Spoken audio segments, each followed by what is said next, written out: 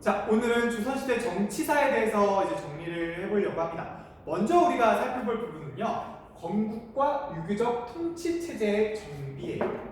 건국 직전 상황부터 살펴볼게요. 이제 고려말, 여말 사회인데요. 여말 사회에는 이제 모순이 극심했습니다. 일단 내부적으로는요, 새롭게 이제 원간섭기에 등장했던 검문세족이라는 이제 지배층이 말썽을 일으켰어요. 불법적인 방법을 동원해서 백성들의 땅을 빼앗고 그를 통해서 농장을 확대했고요. 그리고 백성들을 강제로 노비로 만들어서 그런 농장에서 일을 시켰어요. 한편 이런 검문세족과 결탁한 불교 사원들도 말썽을 일으켜요. 이들도 농민들을 수탈합니다. 그러니까 불교라는 종교 본연의 기능에 충실하지 않고 돈벌이에 급급했던 거죠. 그래서 내부적으로도 이렇게 혼란한 상황이었는데 외부적으로도 문제가 많았어요. 일단 홍건적이라든지 외부의 침입이 굉장히 잦았고 이로 인해서 피해가 극심했습니다. 여러분들 외부는 많이 들어봤겠지만 홍건적은 처음 들어봤을 거예요. 홍건적이 누구냐면요, 이제 몽골이 원나라가 굉장히 잘 나갈 때 이제 고려뿐만 아니라 중국 전체도 지배를 했어요. 근데 이런 몽골 쪽의 중국 지배에 반발하는 중국 한족 세력들이 있었습니다. 이들이 일으킨 반란이었는데 이들이 몽골족과 싸우다가 고려까지 넘어와서 고려에게도 피해를 줬던 거죠. 그래서 이렇게 안과 안팎으로 사회 모순이 극심해져 있는 상황이었어요. 자, 이러한 상황에서 이제 홍건적과 외부를 격퇴하면서 새롭게 성장을 하고 힘을 키웠던 이제 신흥무인 세력이 등장을 하게 돼요. 대표적인 이제 인물들이 이성계라든지 최영 이런 사람들이 있고요. 또 이제 국민학 때 반원개혁 정책을 하면서 검문세족을 견제하기 위해서 새롭게 등장을 했던 신진사대군도 이때 주목을 받아요. 특히 정도전이라든지 정몽주라든지 조준 이런 인물들이 있죠. 그리고 이러한 신흥무인 세력과 신진사대부 세력 일부가 이제 연합을 합니다. 힘을 합쳐요. 그러면서 새로운 이제 세상을 꿈꾸고요. 특히 이러한 새로운 세력들이 미화도 해군으로 이제 실권을 장악하게 돼요. 실권이라는 건 이제 군사권이겠죠. 그러면서 이제 고려 말의 사회 개혁 추진을 가속화하고요. 그런 과정에서 이제 과정법을 실시하게 됩니다. 그래서 검문세족들이 대량으로 넓게 갖고 있었던 이 농장들을 혁파를 하고요. 토지제도를 이제 원래로 복구시키는 거죠. 그리고 이제 자신들을 따르는 관리들에게 과전을 지급을 해서 이제 충성을 유도를 했죠. 그리고 이러한 기반 위에서 결국 1392년 조선이라는 새로운 나라가 세워지게 됩니다. 자, 지금까지는 이제 조선이라는 나라가 어떻게 건국되는지 살펴봤고, 지금부터는 이제 유교적 통치체제가 어떻게 정비되어 가는지 살펴볼게요. 조선시대 통치제도의 특징은요, 이제 왕권과 신권이 조화됐다는 특징이 있어요. 이게 뭔 소리냐? 그러니까 왕이라고 해서 절대적인 권력을 가지고 이제 정치를 이끌어가지 못해요. 이 왕권도 누군가의 견제, 특히 이제 신하들, 관리들의 견제를 받아요. 그러면서 이것이 이제 조화를 이루는데요.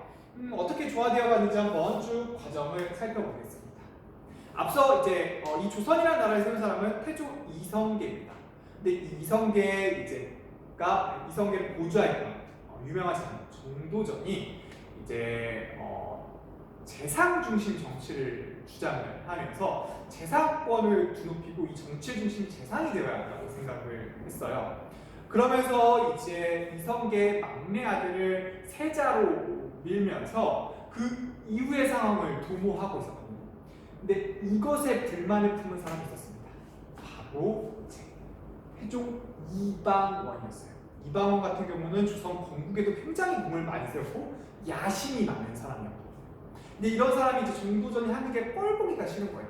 그래서 결국에는 기회를 엿보다가 정도전과 이제 막내 아들을 몰아내는 왕자의 난을 통해서 권력을 잡게 되고요. 그리고 이제 공신들과 왕자들이 가지고 있었던 사병, 개개로이 갖고 있었던 군사 권력을 탈취해. 그래서 사병을 혁파해서 사병을 없애고요. 그리고 이 왕권을 강화하기 위해서 중요한 이제 제도 하나를 시행을 합니다. 이게 뭐냐면 바로 육조 직계제입니다. 육조 직계제. 이 육조 직계제가 뭔지에 대해서는 뒤에 그림 보면서 자세하게 조금 설명을 하겠습니다. 이 태종이 이렇게 죽고 나서는 이제 조선이 조금 안정된 기반에 들어서기 시작을 했어요. 그리고 태종은 그런 기반을 위해서 이 조선 정기의 문화를 꽃피우는 여러 사업을 하게 됩니다. 먼저 집현전을 설치를 해요.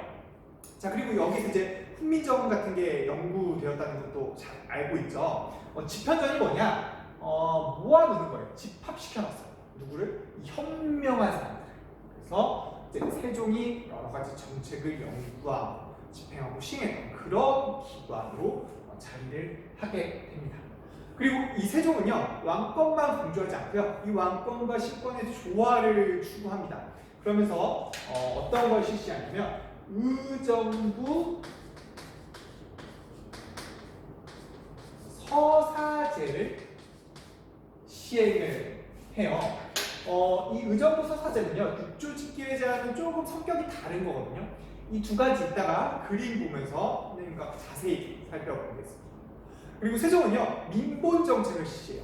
국가 운영의 가장 중요한 가치로서 백성을 돌보는 걸 강조했거든요. 그래서 공법을 시행합니다.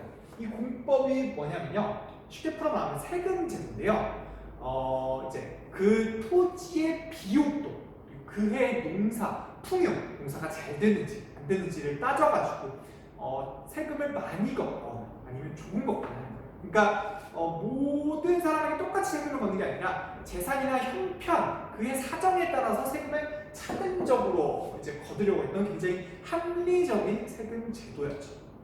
자, 이어서 그 뒤에는 이제 문종이 즉위하는데 문종이 굉장히 이제 신체가 건강이 안 좋았어요. 병약했습니다. 그래서 일찍 죽고 그 문종의 어린 아들이었던 단종이 즉위를 하면서 굉장히 어렸으니까 이제 문종 시기에, 세종 시기에 성장을 했던 재상들, 신하들, 관리들이 이제 득세를 하기 시작해요. 근데 그걸 또 이제 꼴보기 싫어했던 바로 야심 많은 이제 권력가였던 세종의 아들 세조가 이제 단종, 자신의 조카였던 단종을 몰아내고 즉위를 하게 됩니다. 그리고 이 세조도 다시 한번 신하가 아닌 왕권을 강하게 됩니다. 이 정치의 중심은 나다, 국왕이다 선언을 했던 거죠. 그러면서 다시 한번 태종이 시행했던 육조 직계제를 시행하게 됩니다. 이렇게 왕권이 강화되기도 하고 신권이 좀 강화되기도 하고 조화를 이루기도 하고 이렇게 엎치락뒤치락 했습니다. 그리고 결국 성종 때가 되면요, 이런 엎치락뒤치락 했던 상황이 정비가 돼요. 그러면서 조선의 최고 법전이었던 이것 바로 경국대전이 편찬이 됩니다. 이 경국대전의 내용을 보면 실제로 내용이 그렇게 돼 있어요. 이렇게 왕권과 신권이 조화되는 방향으로 통치체제가 정비된 그런 내용들이 여기에 실려있게 됩니다. 자, 그래서 이렇게 유교적 통치체제가 정비되었어요.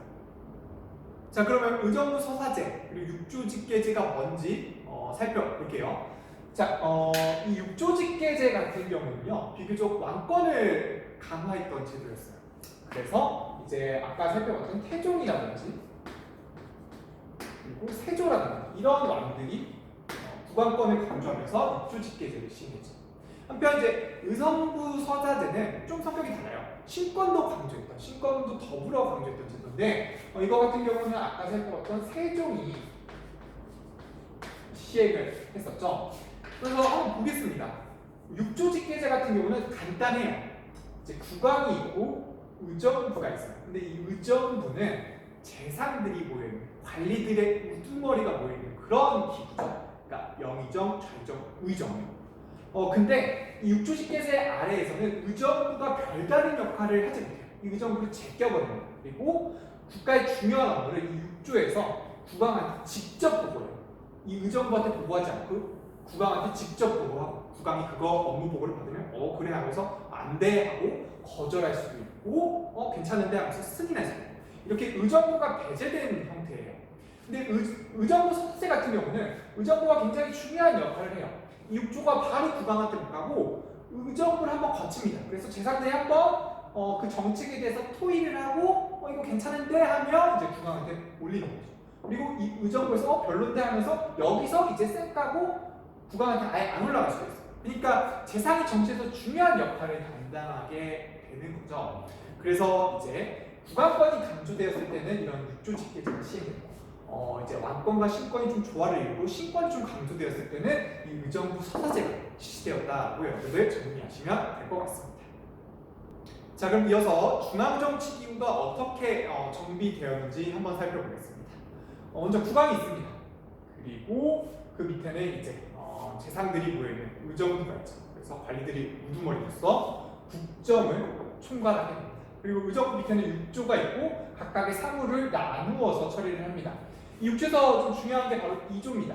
2조는 이제 문간의 인사를 관리를 했고요. 특히 이제 유품이하의 관리, 임명의 핵심적인 역할을 했던 이주전랑이라는 관직이 나중에 핫하게 떠올라요. 문제가 많이 나거든요. 그래서 이주전랑직 같은 경우만 기억을 해두시면 될 것 같고, 그리고 국왕 직속으로 이제 특별사법기구인 의금부가 있었고요, 비서기구인 승정원이 있었습니다. 그리고 이제 조선시대 중요한 정치기구 중 하나가 바로 삼사예요. 이것이 바로 왕권과 신권의 조화를 대표적으로 상징하는 건데요. 이게 언론기구로서 이제 국왕, 관리들을 계속해서 이제 비판하고 견제하는 역할을 하게 돼요. 그래서 신권을 드높입니다. 그래서 홍콩가 같은 경우는 아까 세종 때 만들어진 집현전에 이어서 집현전을 계승한 기구로서 왕실의 도서관 역할을 했어요. 그래서 학술 그리고 경영 같은 거를 담당을 했고요. 사원부 같은 경우는 관리의 비리를 감찰하는 기구였습니다. 또 사관원 같은 경우는 국왕의 정치를 비판을 했어요. 국왕한테 옳은 말을 하는 거죠. 그리고 이들이 국왕의 이제 정당하지 못한 명령을 돌려보낼 수 있는 권한까지 갖추고 있었습니다. 또 중요한 게 이제 최고 교육기관이고 성균관이 있기도 했고요. 자, 그래서 이 정도만 여러분들 중앙정치기구 정리를 해주시면 될 것 같습니다. 자, 조선 후기에는요, 중앙정치기구의 상황이 좀 변합니다. 중심이 바뀌어요. 그전에는 이제 의정부나 6조가 이제 정치 중심이었는데 이 외란이라는 큰 전쟁을 겪으면서 어디가 중요해지냐면요, 비변사라는 기구가 굉장히 위상이 높아져요. 비변사는요, 16세기 초에 이제 조선의 외구라든지 여진이 계속 침략을 해오면서 군사 문제가 중요해집니다. 그리고 그런 군사 문제를 이제 회의하고 처리했던 기구가 바로 비변사인데요. 이제 외란이라는 큰 전쟁을 겪으면서 이거 자체의 중요성이 높아지고 위상이 높아졌던 거죠. 그래서 이제 비변사가 조선 후기 최고 통치기구로서의 역할을 담당하게 돼요. 근데 나중에 이 비변사가 문제가 됩니다. 특히 이제 19세기 세도 정치 시기에 특정 왕실의 외척 가문이었던 이제 안동 김씨라든지 풍양 주씨들이 권력을 딱 잡아요. 근데 어떤 기구를 이용하냐면 바로 이 비변사라는 기구를 이용해서 권력을 장악을 했던 거죠. 그리고 이들이 갖가지 부정부패와 정치 농단을 일으킵니다. 그리고 결국에는 이 고종 때 정치 혁신을 꿈꿨던 흥선대원군이 나서면서 비변사를 협회하고, 그러면서 이 비변사가 다시 없어지게 되었던 것이죠. 중앙정치기구에 이어서 이제 지방행정조직 살펴보겠습니다. 일단 조선은 8도로 나뉩니다. 고려와 좀 다르죠. 고려는 이제 남쪽에는 오도가 있었고 북쪽에는 이제 양계라고 해서 군사적인 성격을 띈 이제 행정기구가 있었잖아요. 근데 이제 조선 시대는 이제 다 그런 거 없애고 이제 도로 다 통합해 통일을 합니다. 그리고 각각의 도에는 관찰사를 파르면서 각 군현의 수령들을 지휘 감독을 했어요. 그리고 군현이 밑에 있는데요. 군현은 이제 조선 시대에는, 고려 시대에는 이제 주현 속현이 있어서 주현에만 수령이 파견되잖아요. 근데 조선 시대는 모든 군현에 이제 수령을 파견합니다. 그만큼 지방에 대한 통치력, 행정력이 강해졌다는 걸 의미하죠. 왜 이런 것들이 가능했느냐? 그러니까 고려 시대에는 수령을 그만큼 보낼 돈이 없었어요. 월급을 줄 돈이 없는 거죠. 근데 조선 시대에는 그런 것들이 가능해졌다는 의미예요. 자, 그래서 조선의 이제 지방 행정에서는요, 일단 국왕의 대리자로 지방을 다스리기 위해 갔던 수령이 중심이에요. 수령이 짱입니다. 하지만 그럼에도 불구하고 그런 수령들의 비리나 문제점들을 고발하는 그 지방 양반 세력들이 똘똘 뭉쳐있는 바로 유향소라는 기구가 일정 역할을 했고요. 그리고 수령 밑에서 갖가지 지방 행정 작물을 보던 향리들도 일정 역할을 합니다. 그리고 이 지방의 양반 그리고 향리들 그리고 수령이 서로 상호 견제하고 협조하면서 이 지방의 행정을 이끌어가게 됩니다.